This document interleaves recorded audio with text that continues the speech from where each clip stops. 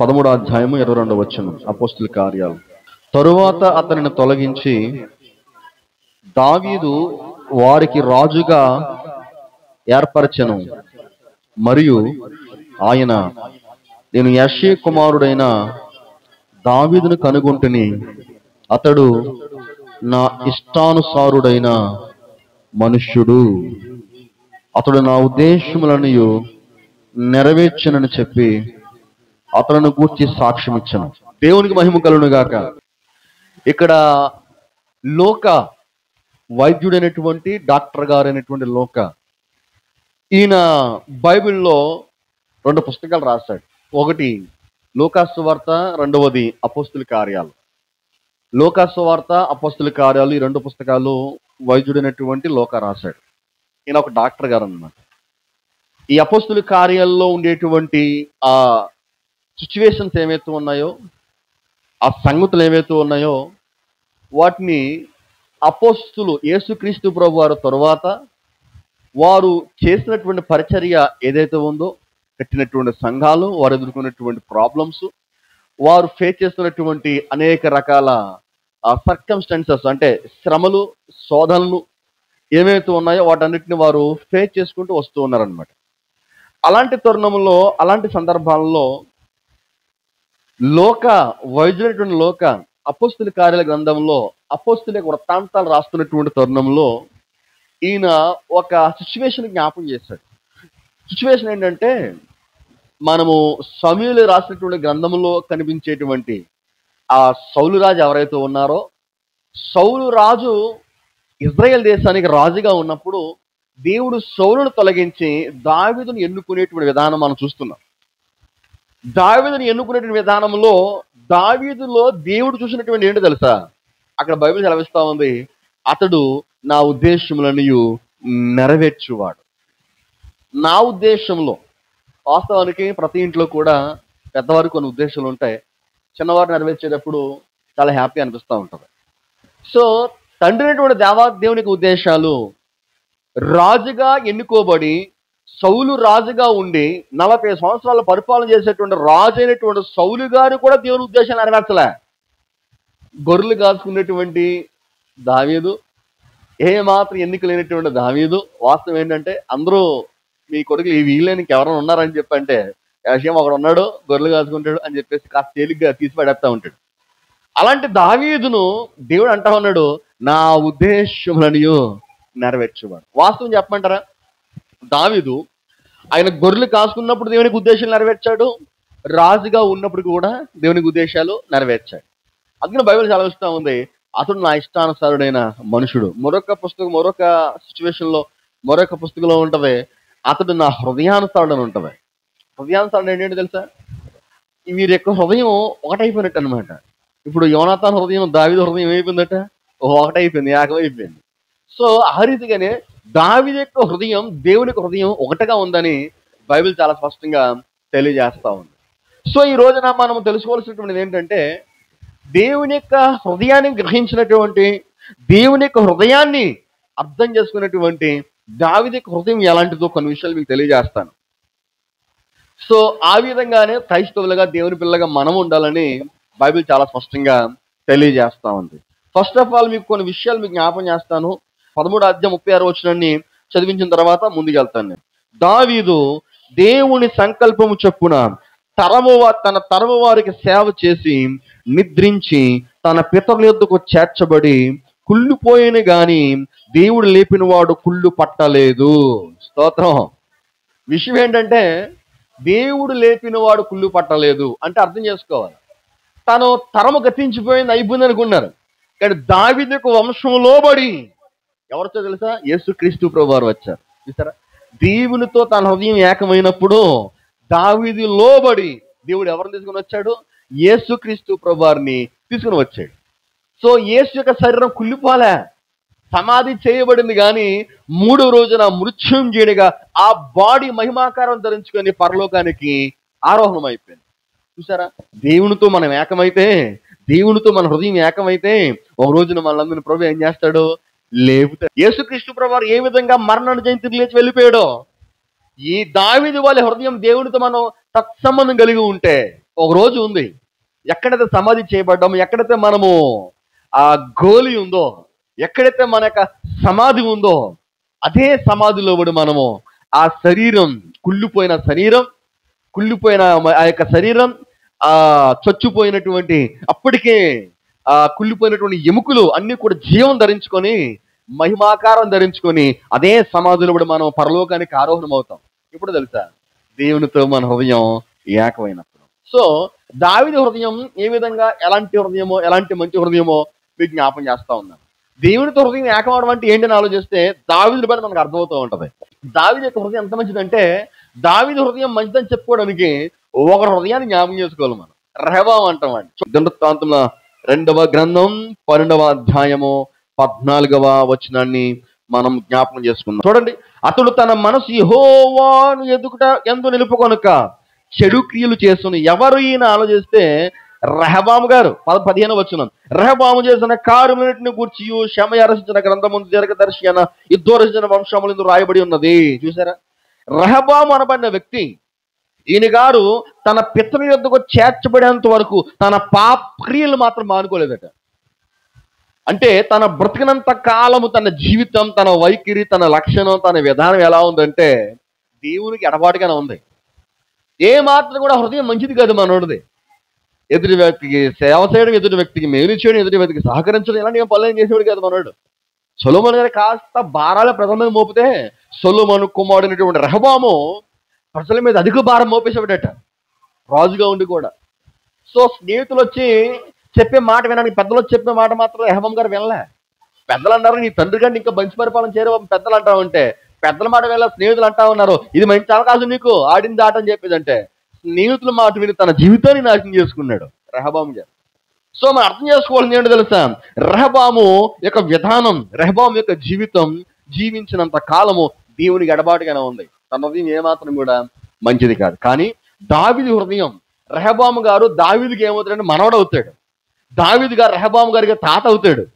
అర్థమైందా? తాత హృదయం గొప్పగా ఉంది కానీ మనవడు హృదయం మాత్రం గొప్పగా. కొంతమంది అంటా ఉంటారు, వీళ్ళ తండ్రులు సేవ అద్భుతంగా చేశారురా, కొడుకులే దుర్మార్గులు అయిపోయారు అని కొంత సందర్భంలో మనం ఆడుకుంటూ ఉంటాం. సో బైబిల్ గ్రంథంలో కూడా ఏలి అద్భుతమైన సేవ చేశాడు. ఏలి కుమారులు మాత్రం చెడిపోయి తిరిగారు, చివరికి వారు మనాన్ని కొని తెచ్చుకున్నారు. ఈ రోజున ప్రియమైనటువంటి సహోదరులారా చాలా జాగ్రత్తగా ఉండండి. దావీదు అద్భుతంగా తన జీవిత కాలంలో ఒకే ఒక పొరపాటు చేశాడు, దానికోసం ఎంత పశ్చాత్తపడ్డాడంటే అంత పశ్చాత్తపడ్డాడు దావీదు గారు. పొరపాట్లు జరుగుతాయి, తప్పిదాలు జరుగుతాయి, తప్పకుండా మనుషులు కాబట్టి దుష్టుడు ప్రతి మనిషిని ఆవరిస్తాడు. మనిషికి ఉండేటువంటి ఆ యొక్క టెంప్టేషన్స్ తప్పకుండా వస్తూ ఉంటాయి. బైబిల్ చలవిస్తూ ఉంది, ఎవరైతే చలించినటువంటి వారుగా ఉంటారో, చలనం ఉండదో, వాళ్ళు ఇంకా దుష్టుని యొక్క వైఖరిలో ఉన్నట్టే.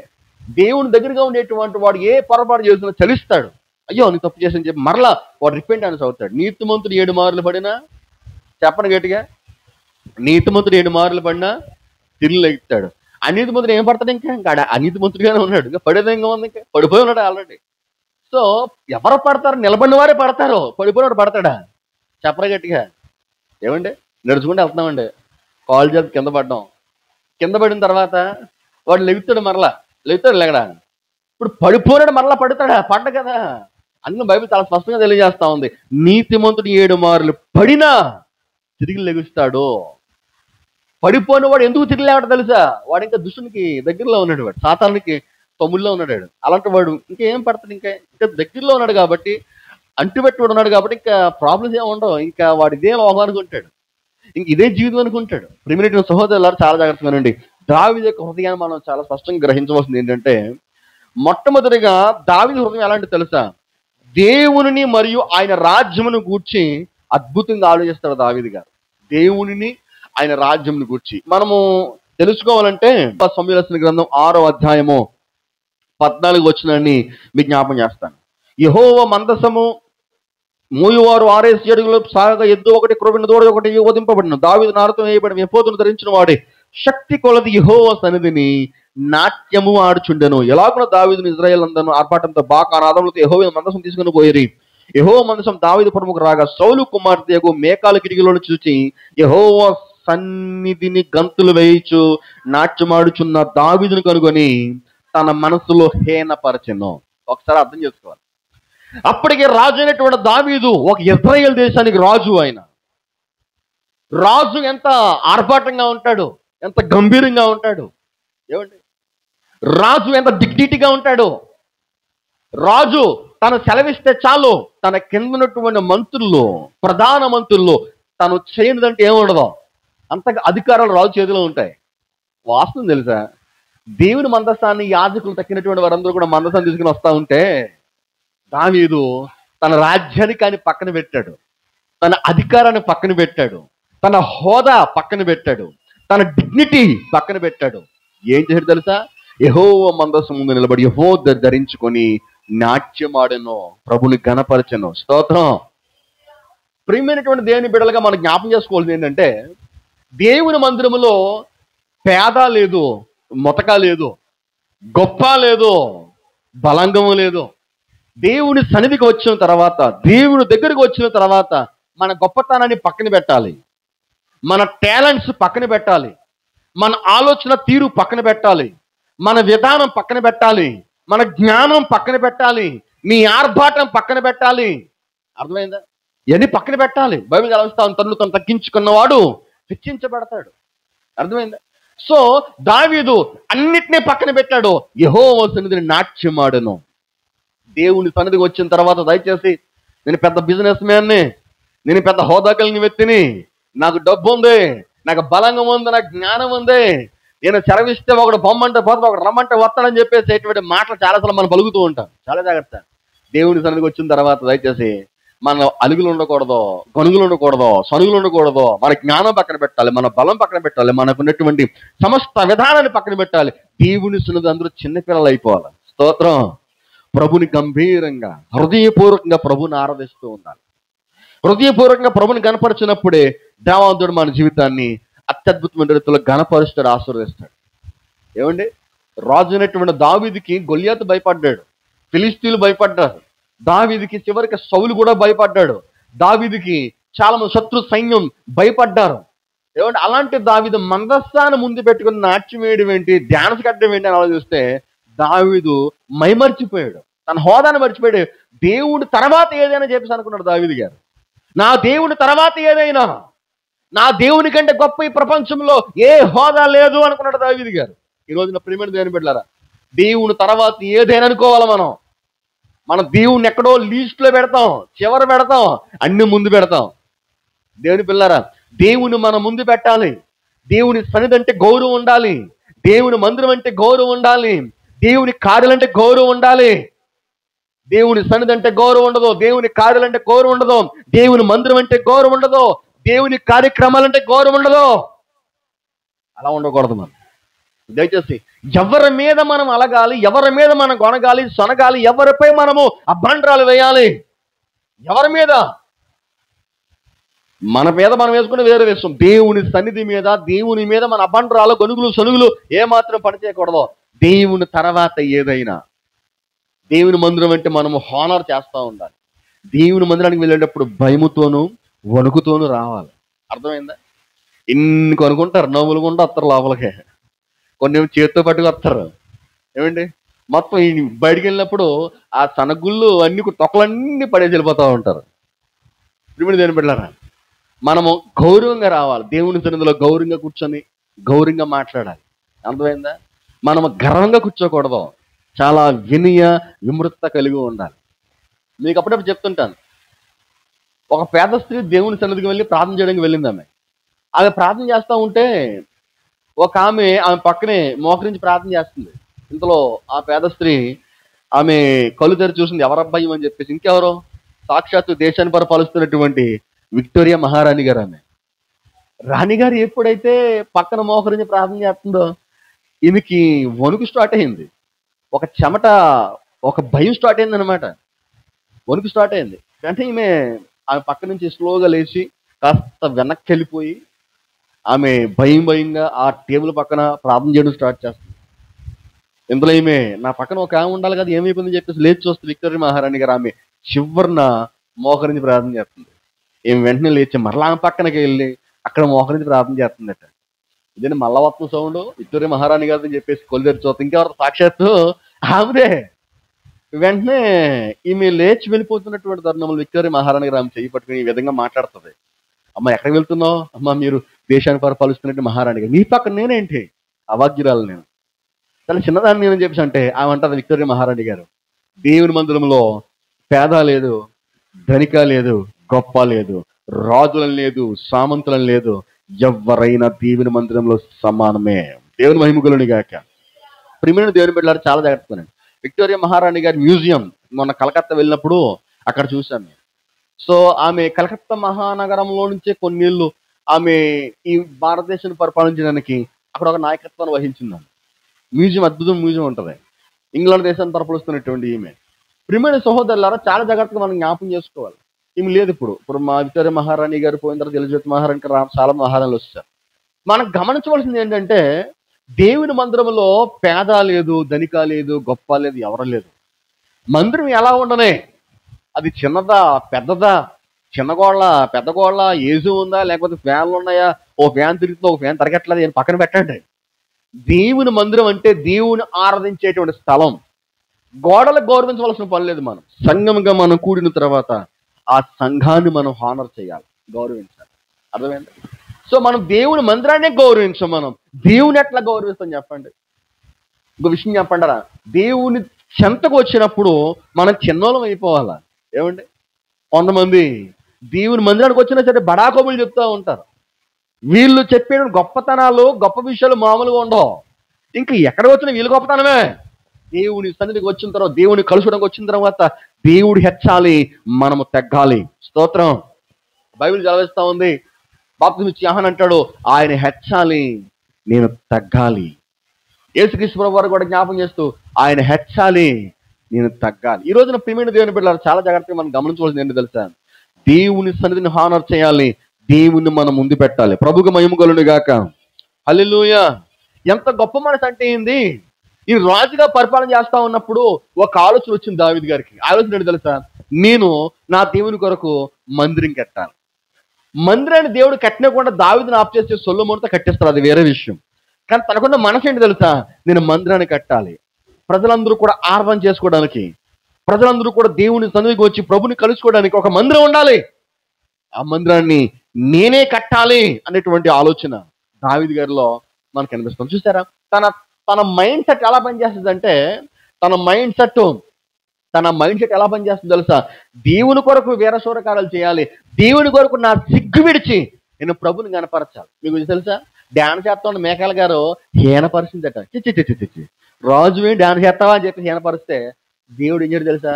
మేకాల గారి గర్భాన్ని మూసిపడేసాడు. పిల్లపుట్లది ఇంకా మీకు దేని బిడ్డలారా, గర్భాన్ని మూసిపడేసాడు దేవదేవుడు. అర్థం చేసుకోవాలి, దేవునికి ఆటంకంగా అబ్జెక్షన్ చేసుకున్నటువంటిది ఏది కూడా దేవుడు వారవలేడు. అది మనకు తెలియదు, ఆ జీవితంలో మనకు అర్థమవుతూ ఉంటుంది. దేవునికి అబ్జెక్షన్గా ఏమైనా వస్తే దయచేసి వాటిని తొలగించడానికి ప్రయత్నం పూనుకోనండి. దేవుని మహిమ కలుగును గాక. సో దేవుని మందిరం కట్టాలనేటువంటి ఆలోచన దావీదు గారికి రావడం ఎంత అద్భుతమైనటువంటిదండి. సో ఒక ఆలోచన, దేవుని పని చేయాలి, దేవుని మందిరం కట్టాలనేటువంటి ఆలోచన అనేటువంటిది ఎంత అద్భుతమైనటువంటిదండి. కొన్ని కోట్లు ఖర్చు అవుతాయి, కొన్ని లక్షలు ఖర్చు అవుతాయి. సో ఎంత ఖర్చైనా పర్వాలే, నా దేవుని మందిరాన్ని కట్టాలి అనేటువంటి తపన దావీదు గారు. మరలా మీకు జ్ఞాపకం చేస్తా ఉన్నాను, ఏది చేసినా దేవునికే చెల్లాలని చెప్పి ఆలోచన ఉంటాడు దావీదు గారు. అంత ఎందుకంటే గొలియాతు మీద ఫైటింగ్ వెళ్తాడు, ఇప్పుడు అందరూ భయపడతారు, భయపడి వెనక్కి వెళ్ళిపోతూ ఉంటారు, సొంత అన్నదమ్ములు కూడా భయపడి పారిపోతూ ఉంటారు. అప్పుడు దావీదు గారు 5 గులకరాలు ఏరి ఒక గులకరాయి ఒడిసెల్లో పెట్టి గిరగరా తిప్పే ముందు దావీదు ఏమంటారు తెలుసా? యుద్ధము యెహోవాదే. చూసారా, అక్కడ కూడా దేవుణ్ణి మహిమపరిచాడు. సో దేవుని హృదయం అంటే, దేవునితో హృదయము నిమిత్తమైపోవడం అంటే, కనెక్ట్ అయిపోవడం కారణం ఏంటో తెలుసా? మనము ఏదైనా దేవుని పేరట, ఏదైనా దేవుని కొరకు, ఏదైనా దేవుని ముందు పెట్టే మనం చెయ్యనటువంటి తపన దావీదు గారిలో కనిపిస్తూ ఉంటది. ప్రభువుకు మహిమ కలుగును గాక. హల్లెలూయా. మరొకటి ఏంటంటే, సౌలైనటువంటి రాజుగారు దావీదుని చంపుతామని చెప్పి వచ్చేస్తాడు. ఆ ఏనిగేది, ఆ చిక్కలో అనేటువంటి ప్రాంతాలు చాలా సార్లు తరుముకుండా వెళ్తా ఉంటాడు. అయితే ఒక ప్రాంతంలో దావీదుని చంపుదామని చెప్పేసి ఈయన గారు సౌలు గారు సైన్యం తీసుకుని వస్తాడు. సౌలు గారు నిద్రపోతాడు, దావీదు దొరకపోయేసరికి దావీదు వచ్చి సౌలు గారి వస్త్ర సంఖ్యను కోసి దూరంగా పారిపోతాడు. అప్పుడు సౌలు లేపుతాడు, లేపిన తర్వాత నువ్వు నాకు దొరికిపోయావు, అయినా సరే నేను వదిలేసానని చెప్పి అంటాడు. విషయం ఏంటి తెలుసా? దావీదు సౌలు యొక్క వస్త్రపు చెంగును కొయ్యడానికి కూడా చాలా బాధపడ్డాడట. ఎందుకు తెలుసా? ఆయన దేవుని చేత అభిషేకించబడ్డాడు. స్తోత్రం. చేసే పనులు మూర్ఖమైన పనులే, సౌలు గారు చేసే పనులు దుర్మార్గమైన పనులే. దేవుడు చెప్పింది ఏది చేస్తలేదు అన్నాడు. అర్థమైందా? అమలు లేకుండా చేసామంటే బతికించేస్తాడు. అర్థమైందా? తర్వాత సమూయేలు అర్పించవలసినటువంటి ఒక బలి ఏదైతే ఉందో, అర్పణ ఏదైతే ఉందో, ముందుగా సమూయేలు రాలేదని చెప్పేసి సౌలు గారు అర్పించేస్తాడు. చాలా సార్లు విసిగించేస్తాడు దేవదేవుని. సో అయినను సరే దేవుని చేత అభిషేకించబడ్డాడు. ఇతని జోలు నేను వెళ్ళకూడదని చెప్పేసి దావీదు మనసులో హృదయం నొచ్చుకున్నాడట. స్తోత్రం. దేవుని పిల్లారా చాలా జాగ్రత్తగా ఉండండి. దేవుని చేత అభిషేకించబడి దేవుని సేవ చేస్తున్నటువంటి వారిని మనం ఎప్పుడు కూడా ఎన్నడూ కూడా తీసి పడేయకూడదు. వారు ఒకవేళ దేవునికి వ్యతిరేకమైన పనులు చేసినప్పటికీ నువ్వు కూడా మనం అనుకోవడం, నోరు మూసుకోవడం తప్ప వారి కోసం చెడు ప్రచారాలు చేయకూడదు. ఏ మాత్రం చేయకూడదు. రెండవది విషయం చెప్పండరా, వస్త్రపు చెంగుని కట్ చేస్తేనే బాధపడ్డాడు. ఏమండి, వాళ్ళ కోసం బ్యాడ్గా ప్రచారం చేస్తే ఎంతగా బాధపడతారో అర్థం చేసుకోవాలి. దేవుని చేత అభిషేకించి దేవుని యొక్క హృదయంతో దేవునితో ఉండేటువంటి వ్యక్తి దేవుని మహిమగలుని గాక. హల్లెలూయా. సో అర్థం చేసుకోవాలి. తర్వాత మీకు జ్ఞాపకం చేస్తా ఉన్నాను, దావీదు హృదయం ఎలాంటి తెలుసా? అతని యొక్క స్నేహితులు మరియు సహచరులను గూర్చి దావీదు యొక్క వైఖరి చాలా అద్భుతంగా ఉంటుంది. మీరు చూడండి ఒకసారి సమూయేలు గ్రంథం మొట్టమొదటి గ్రంథం 30:21 మనం అర్థం చేసుకోవచ్చు. ఇక్కడ యుద్ధం నిలిచిన తర్వాత కొలసొమ్ము కనిపిస్తుంది. అక్కడ యుద్ధం వెళ్ళి వారందరూ కూడా యుద్ధం చేస్తూ ఉంటారు. అయితే సొమ్ము దగ్గర కాపలాదారులు ఉంటారు. యుద్ధం చేసిన తర్వాత దావీదు తన సైన్యం తీసుకుని వచ్చి యుద్ధం చేసిన తర్వాత వచ్చిన తర్వాత కాపలాదారులు ఉంటారు. విషయం ఏంటి తెలుసా? యుద్ధానికి వెళ్ళేటువంటి వారికి ఎలాంటి జీతం ఇచ్చాడో ఆ కొల్ల సొమ్ము దగ్గర కాపలాగా ఉండేటువంటి వారు కూడా, సామాన్ల దగ్గర కాపలాగా ఉండేటువంటి వారి దగ్గర కూడా అదే జీతం దావీదు గారు ఇచ్చాడు. స్తోత్రం. అంటే వీడు నాతో వచ్చాడని చెప్పేసి కాస్త ఎక్కివ్వడం, వీడు యుద్ధానికి రాలేదు ఓన్లీ కాపలాగా ఉన్నాడని చెప్పేసి తొక్కివ్వడం చేయలేదు దావీదు గారు. అంటే దావీదు మనసు ఎలాంటి తెలుసా? దావీదు సమాంతరంగా పంచి పెడతాడు, సమాంతరంగా ఇస్తాడు. అందరికీ సమాంతరమైనటువంటి ప్రేమని కనపరుస్తూ ఉంటాడు. ఈరోజు నా ప్రేమని కనిపెట్టారా, మనం పెడితే మేలు కొడతాం, పెట్టకపోతే కీడు కొడతాం. ఏమైనా చేశారనుకోండి ఇంకా వాళ్ళ అభివృద్ధికి పారాలి, వాళ్ళు బాగుపడాలని చెప్పి మనం చెప్తా ఉంటాం. మన పట్ల కీడు తలపెట్టారనుకోండి ఏమని కొడతాం? వాళ్ళు నాశనం అయిపోను గాక, వాళ్ళు శాపగ్రస్తులు అయిపోను గాక, వాళ్ళు ఊడిపోను గాక, రాలిపోను గాక. ఏమండి ఎన్ని మాట్లాడతాయండి మనకి. జాగ్రత్త ప్రియమైన దాన్ని పెట్టారా, చేస్తేనే మేలు చేయడం కాదు, చెయ్యకపోయినా మేలు చేయాలి. మీకు విషయం తెలుసా? చూడండి, సౌలు దావీదు దొరికిపోయిన తర్వాత దావీదు వస్త్రపు చెంగుని కోసి సౌలు యొక్క నీలబొడ్డు కూడా తీసుకుని వెళ్ళి ఈటి చేత పట్టుకొని సౌలు గారు ఈటి కూడా పట్టుకొని వెళ్ళిపోతా ఉంటాడు. వీటిని చూపిస్తూ సౌలు గారికి, రాజా నాయన ఎవరు తరుముకుంటా వెళ్తున్నా, నీవు తెచ్చిన మిన్నల్నినా అంటే పిల్లినా, నేను పిల్లిని కానీ నీ దగ్గర నన్ను తరుముకుంటా వస్తావు, నన్ను చంపుదామని వస్తావా? నీకు తెలుసా రాజా, నువ్వు నన్ను చంపుదామని వచ్చావు, కానీ నీవే నా చేతికి దొరికిపోయావు. నన్ను చంపాలనుకున్నావు, కానీ నీవే నా చేతికి దొరికిపోయావు. ఇదిగో నీవు నా అపకార బుద్ధి, నీవు నాకు అపకారం తలపెట్టాలని చూసావని చెప్పేసి దావీదు మాట్లాడినప్పుడు సౌలు అంటాడు, నిజమే నాయన, నేను నీకు అపకారం చేయాలనుకున్నాను, కానీ నా అపకార బుద్ధికి నీ ఉపకార బుద్ధిని వెల్లడి చేసితివి. దేవునికి స్తోత్రం గాక. హల్లెలూయా. ఇది కదా ప్రేమ అంటే.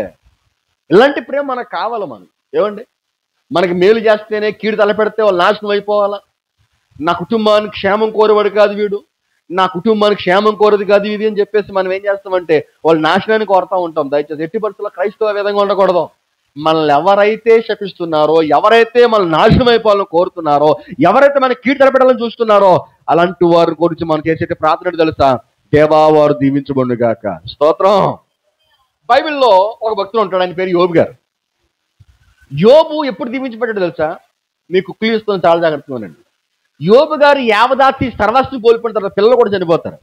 అప్పుడు యోబు స్నేహితులు వచ్చి అంటా ఉంటారు, ఎక్కబడుతూ ఉంటారు, నువ్వేదో పాపం చేసావు, నువ్వేదో కీడు తలపెట్టావు, యథార్థంగా ఉన్నానని చెప్పుకుంటున్నావు, కానీ నీళ్ళు యథార్థత ఏమాత్రం లేదు, నువ్వు దేవునికి అవిధేయకరమైన పనులు చేసావు అని చెప్పేసి యోబు గారిని రాని కానీ హానికరమైన మాటలు మాట్లాడుతున్నప్పుడు అప్పుడు యోబు గారు తట్టుకుంటాడు, ఫేస్ చేస్తాడు.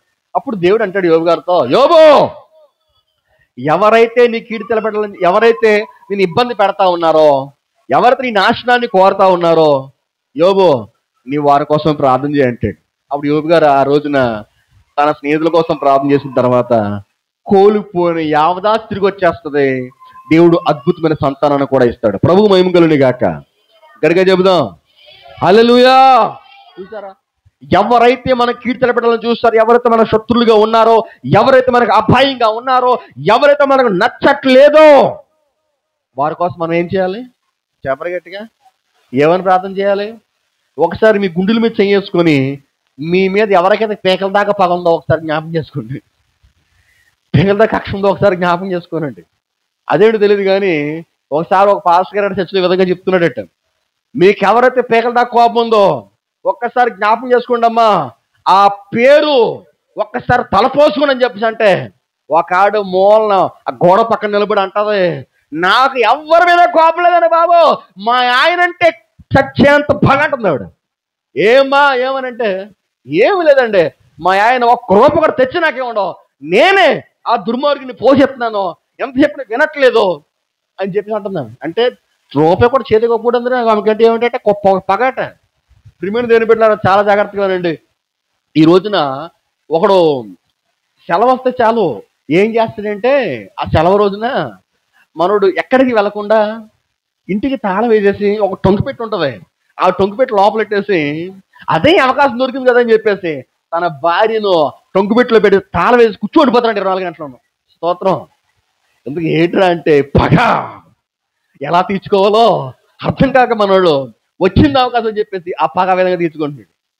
ప్రియమైన దేవుని బిడ్డలారా, చాలా జాగ్రత్తగా మనం గమనించవలసింది ఏంటంటే, అర్థం చేసుకోవాల్సింది ఏంటంటే, క్రైస్తవులుగా మనము ఎవరైతే మనల్ని శపిస్తున్నారో వారిని దీవించాలి. స్తోత్రం. వారిని ఆశీర్వదించాలి. ఎవరైతే కీడు తలపెడుతున్నారో వారిని దీవించండి. మీకు విషయం తెలుసా, వారు దీవెన కొరకు నువ్వు ప్రార్థన చేస్తే ఫస్ట్ నువ్వే దీవించబడతావు. స్తోత్రం. వాళ్ళ ఆశీర్వాదం కోసం ప్రార్థన చేస్తే ఫస్ట్ నీవే ఆశీర్వదించబడతావు. ఆ క్లూ మనకు అర్థం చేసుకోవాలి. ఎవరైతే కాస్త ఇబ్బందిగా ఉన్నారో, మీ విషయం తెలుసా, మన కోసం మనం ప్రార్థన చేసుకునే దానికంటే ఇతరుల కోసం ప్రార్థన చేస్తే ప్రభు మనకి సహాయం చేసిన తర్వాత వారికి సహాయం చేస్తాడు. అర్థం చేసుకోండి. ప్రభు మనకు సహాయం చేసిన తర్వాతే వారికి సహాయం చేస్తాడు అనే విషయాన్ని మనం గ్రహించాలి. ప్రభు మహిమలోనే గాక. ఆమేన్. హల్లెలూయా. తన శత్రువులను గురించి దావీదు గారు ఎంత ప్రేమతో ఉంటాడో మనం అర్థం చేసుకోవాలి. తర్వాత శ్రమలలో కూడా దావీదు గురించి మనకు అర్థమవుతూ ఉంటుంది. శ్రమలలో చూడండి, సమూయేలు రాసిన మొట్టమొదటి గ్రంథం 30వ అధ్యాయం 16వ వచనంలో 6వ వచనంలో, సమూయేలు రాసిన మొట్టమొదటి గ్రంథం 30వ అధ్యాయం 6వ వచనంలో ఉంటుంది. సిచ్యువేషన్ ఏంటంటే, దావీదు కోసం ప్రాణం ఇచ్చేస్తాము, నువ్వు నా గుండె, మీరంటే ప్రేమ అనేటువంటి ఈ 600 సైన్య సమూహము దావీదుని వెంటబడి వచ్చేస్తారు.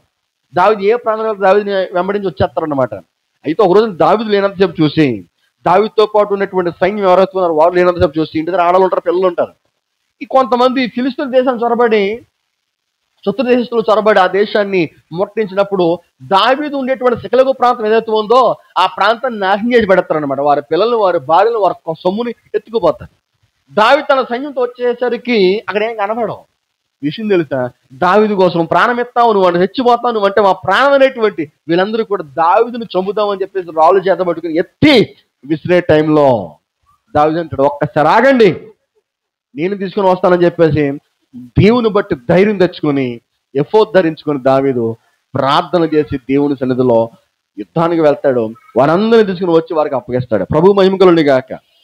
ఈరోజు మనం అర్థం చేసుకోవాలి ఏంటి తెలుసా, శ్రమలలో దావీదు హృదయం ఎలాంటి తెలుసా, దేవుని బట్టి ధైర్యం తెచ్చుకున్నాడు.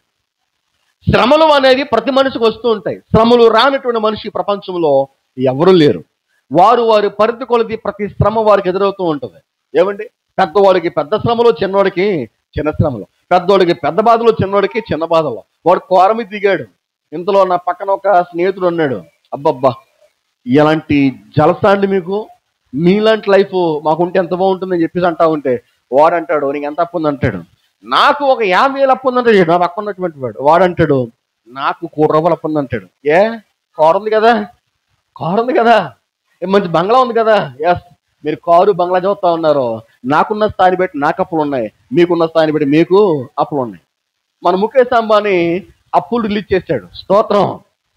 మనోడికి 16,000 కోట్ల అప్పులు ఉన్నాయట. ఎన్ని కోట్ల అప్పు? మన ఇండియాలో బిగ్గెస్ట్ ఆస్తి సంపన్నుడు ఎవరో తెలుసా? ముఖేష్ అంబానీయే. స్తోత్రం. ఆ తర్వాత అదాని ఇలాంటి వాళ్ళు వస్తున్నారు. ముఖేష్ అంబానీయే. మొన్న పెళ్లి చేసాడు, 7 రోజులు తన కొడుకు పెళ్లి చేశాడు. ఎన్ని రోజులు? 7 రోజులు చేసాడు మనోడు కొడుకు పెళ్లి. కొన్ని కోట్లు ఖర్చు పెట్టాడు తన కొడుకు పెళ్లి చేయడం కోసం.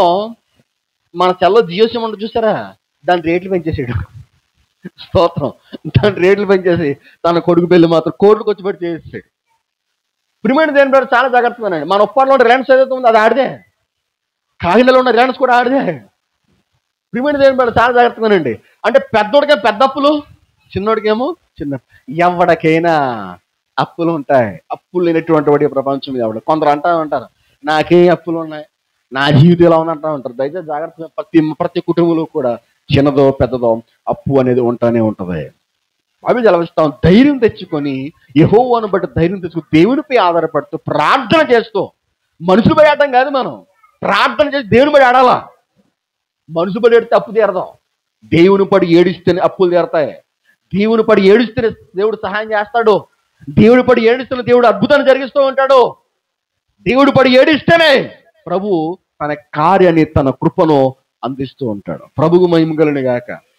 హల్లెలూయా. అర్థమైందా? ప్రార్థనకు దూరం అయిపోవడం వల్ల ఈ ఈ భారాలు పెద్ద భూతత్వంలో కనబడతా ఉంటాయి. ప్రార్థనకు దగ్గర అయితే పెద్ద పెద్ద భారాలు చిన్న చిన్న కనబడతా ఉంటాయి. మీరు ఎప్పుడన్నా గమనించండి, నిలబడి కొండను చూసాం అనుకోండి, కొండ ఎంత పెద్దగా ఉంటుంది? మన అన్నవరం కొండ ఎంత పెద్ద ఉంటుంది? చాలా పెద్ద ఉంటుంది. ఫ్లైట్లో పైకి వెళ్ళి కొండను చూసాం అనుకోండి, ఎంత ఉంటుంది? చిన్నది ఉంటుంది, చాలా చిన్నది ఉంటుంది. సో మన ఆత్మీయ స్థితి పైకి వెళ్ళిపోవాలి. అప్పుడు ఈ కొండలాంటి భారాలన్నీ కూడా చాలా చిన్న కనబడతాయి. మన ఆత్మీయ స్థితి చాలా తక్కువగా ఉంది కాబట్టి చిన్న చిన్న చీమలు కూడా పెద్ద పెద్ద సింహాలా కనబడుతున్నాయి మనకి. అర్థమైందా? సో మనం వాటిని చిన్నగా చూడాలి. అందుకనే ఆవగింజంత విశ్వాసం ఉంటే కొండటికి ఎక్కడ పడేస్తానంటే దేవుడు సందులో పడేస్తాను అంటే అర్థం చేసుకోవాలి. శ్రమలు లాంటివి అనమాట. ఈ రోజున దావీదు వచ్చేటువంటి శ్రమలో, మరణ అపాయకరమైన పరిస్థితుల్లో దావీదు గారు చాలా చిన్నగా చూసాడు. ఏం తెలుసా? నా దేవుడు నాకు సహాయం చేస్తాడు, విడిపించేస్తాడు, నేను వెళ్తాను, తీసుకుని వచ్చేస్తాను. ఏంటి ఇన్ని 100 మందిని తీసుకుని రావడం మామూలు విషయం కాదు. శత్రు దేశంలో మరలా తీసుకురావడం మామూలు విషయం కాదు. దేవుడే దావీదుకు సహాయం చేశాడు కాబట్టి ఒక్కడు వెళ్ళాడు, లాక్కొచ్చాడు, అప్పగించాడు, దేవుడు స్తుతించారు. ప్రభు మహిమ కలుగును గాక. హల్లెలూయా. చివరిగా లాస్ట్గా దావీదు హృదయం ఎలాంటిదో దావీదు చెప్పుకుంటున్నాడు. ఒకసారి చూడండి వాక్య భాగం 131వ అధ్యాయం 1వ వచనం. యెహోవా నా హృదయం అహంకారము గలది కాదు, నా కన్నులు మీరు చూచినవి కావు. నాకు అందని వాటి అందేనను గొప్ప వాటి అందేను నేను అభ్యాసం చేసుకునటం లేదు. ప్రభు మహిమ కలుగును గాక. దావీదు అంటున్నాడు నాకు అందని వాటి విషయంలో, అర్థమైందా? మరలా అంటాడు గొప్ప వాటి యందు నేను అభ్యాసం చేస్తాను, ట్రై చేయను, నేను నాకు అందని వాటి విషయంలో ప్రయత్నం చేయను నేను అన్నాడు దావీదు గారు. మరలా అంటాడు నా హృదయము అహంకారము గలది కాదు. అంటే అహంకారం అంటే ఏంటి? Proudness, selfness. అర్థం చేసుకోవాలి. అంటే సెల్ఫిష్ అంటే చూసారా? సెల్ఫిష్, అహంకారం, తనకు తాను గొప్పలు చెప్పుకోవడం. నా హృదయం అలాంటిది కాదు. అందుకని దావీదు హెచ్చించబడిన తర్వాత, రాజుగా అయిన తర్వాత దావీదు గారు ఒక ప్రార్థన చేస్తాడు. దేవా, ఇంతగా నన్ను హెచ్చించుటకు నేను యాపాటి వాడను, గొర్రెల దొడ్లో నన్ను తీసుకుని వచ్చి సింహాసనం ఎక్కించావు. చూసారా ఎంత అద్భుతమైన మనసు దావీదు గారిది. ఆ మనసు మనకు ఉండాలి. అర్థమైందా? నేను ఆటగాన్ని, పోటీగాన్ని, నేను ప్లేయిస్ట్ని, ఆయిస్ట్ని, లేకపోతే నేను రకరకాల టాలెంట్ పర్సన్స్ని అనుకోవడం అది కాదు మనకు కావాల్సింది. తగ్గింపు, తగ్గింపు మనసు చాలా ఇంపార్టెంట్. అహంకారమైన మనసు ఏ మాత్రం మనకు ఉండకూడదు. అహంకారమైన మనసు ఉన్నదంటే మన పతనానికి మొట్టమొదటి మెట్టు ఏదైనా ఉందంటే అహంకారమే. ఆయన అహంకారం ఎదిరించి దీనులకు కృపనిస్తాడు. అర్థమైందా? అహంకారం ఎదిరించి దేవుడు ఏం చేస్తాడు? దీనులకు కృపనిస్తాడు. గర్విష్ఠులే గద్దెననిచి గద్దె దింపేటువంటి దేవుడు ఆయన. నాశనాన్ని ముందు ఏముంటుంది చెప్పండి? గర్వం ఉంటుంది. కానీ దావీదు హృదయం అలాంటిది కాదు. ప్రతి విషయంలో తగ్గించుకుంటాడు, ప్రతి విషయంలో వినయం, విమృత, ప్రతి దానికి మనము దావీదు గారు తన్ను తాను తగ్గి మాట్లాడుతూ ఉంటాడు. తగ్గి మాట్లాడాలి దయచేసి. అభండాలు వేయకూడదు ఇతరుల మీద, నేరాలు వేయకూడదు ఇతరుల మీద. అర్థమైంది? అభండాలు ఎక్కడ దొరుకుతారా వీళ్ళు? ఈ పాస్టర్ గారు, పాస్టర్ గారు ఎక్కడ దొరుకుతారా? లేకపోతే ఈ సంఘం ఎక్కడ దొరుకుద్దా, ఈ సహోదరుడు ఎక్కడ దొరుకుతాడా, ఓ తెగ చేస్తాడు ప్రార్థన, ఇది దొరకకుండా ఉంటాడా, అక్కడ ఈ అపాస్పాలు చేద్దాం అని చెప్పేసి ఆ మాటలు మనం ఆడకూడదు. ప్రతి దానిలో మనము తగ్గించుకున్నప్పుడే, నీ సాటి సహోదరుడు పట్ల తగ్గింపు మనకుంటే మనం హెచ్చించబడతాం, దీవించబడతాం. దావీదు మనసు అట్లాంటిది. ప్రభు మహిమగలను గాక. అందుకని బైబిల్ చదివిస్తా ఉంది, కీర్తన గ్రంథం 22వ అధ్యాయం 6వ వచనంలో లాస్ట్గా ఈ మాట, 22వ అధ్యాయం 6వ వచనంలో దావీదు అంటాడు చూడండి. 22వ అధ్యాయం 6వ వచనంలో ఏమన్నది ఇక్కడ? 22:6 కీర్తన గ్రంథం. నేను నరుడును కాను, నేను పురుగును, నరుల చేత నిందించబడిన వాడను, ప్రజల చేత తృణీకరింపబడిన వాడను. నన్ను చూచు వారందరూ పెదవులు విరిచి తల ఆడించుచు నన్ను అపహసించుచున్నారు. యెహోవా మీద నీ భారం మోపము, ఆయన వాడిని విడిపించునేమో, వాడు ఆయనకి ఇష్టడు కదా, ఆయన వాడిని తప్పించునేమో అందరూ. దేవుని మహిమగలను గాక. నేను నరుడును కాను, పురుగును అని మాట్లాడు. దయచేసి ఈ రకమైన మనసు మనకుండును గాక, ఈ రకమైన ఆలోచన మనకుండును గాక. ప్రతి విషయంలో దేవునికి దగ్గరగా ఉన్న దావీదు హృదయం ఎట్లాంటిది, మన హృదయం అట్లా ఉంటే దేవుడు దావీదుని హెచ్చించినట్లుగా మనల్ని హెచ్చిస్తాడు. దావీదులో బడి ఆశీర్వాదకరమైనటువంటి యేసుక్రీస్తు ప్రభువుని తీసుకుని వచ్చినట్లుగా ఆయన దావీదుకు శరీరం కుళ్ళిపోలేదని చెప్పేసి, ఎందుకంటే తెలుసా, దావీదు శరీరంలో యేసుప్రభు వచ్చారు, యేసుప్రభు కుళ్ళిపోలేదు, మరణం తిరిగి లేచాడు. దావీదు కూడా తిరిగి లేచి వెళ్ళాడు దేవుని దగ్గరికి. మనము కూడా తిరిగి లేచి ప్రభువు దగ్గరికి మనం వెళ్ళాలంటే, ప్రభువుని కలుసుకోవాలంటే తగ్గింపు చాలా అవసరం. ఈ ఆత్మీయ జీవితంలో, ప్రయాణంలో ప్రభు మాటలు దీవించును గాక.